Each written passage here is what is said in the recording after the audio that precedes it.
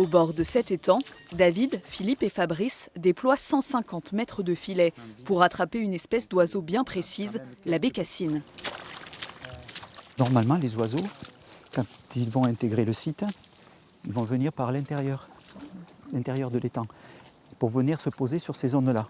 Ce sont des sortes de vasières un petit peu où elles vont trouver de quoi se nourrir. Ces inspecteurs de l'Office national de la chasse et de la faune sauvage cherchent à attraper des bécassines en pleine migration pour connaître leur âge, leur sexe et l'état de conservation de l'espèce. Et David est presque certain d'en capturer ici. Il a trouvé des plumes et des empreintes fraîches. On a les traces de pattes et puis les trous de bec de bécassines qui recherchent justement dans ces petites mottes de terre des vermicules, des petits vers.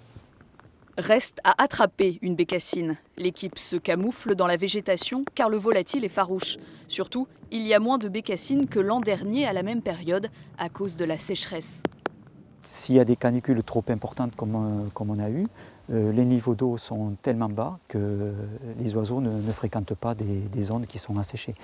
Ils ont besoin d'un niveau d'eau conséquent de façon à pouvoir trouver leur nourriture. Après 5 heures d'attente, une jeune bécassine se prend dans le filet à la nuit tombée. Celle-ci n'a pas de bague, cette espèce de carte d'identité que portent certains oiseaux à la patte. Je l'ai démaillée et puis on va passer tout à l'heure à la phase de bagage et de prise des mensurations. De retour à leur véhicule, ils mesurent tout. Taille des ailes, des pattes, du bec. Alors, 66, 14. Et surtout, ils mettent la fameuse bague d'identification.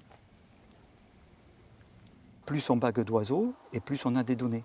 Et ces données, elles servent à quoi? Elles servent à comprendre les déplacements des oiseaux, les taux de survie et les temps de port de bague. Ce sont des données qui sont intéressantes.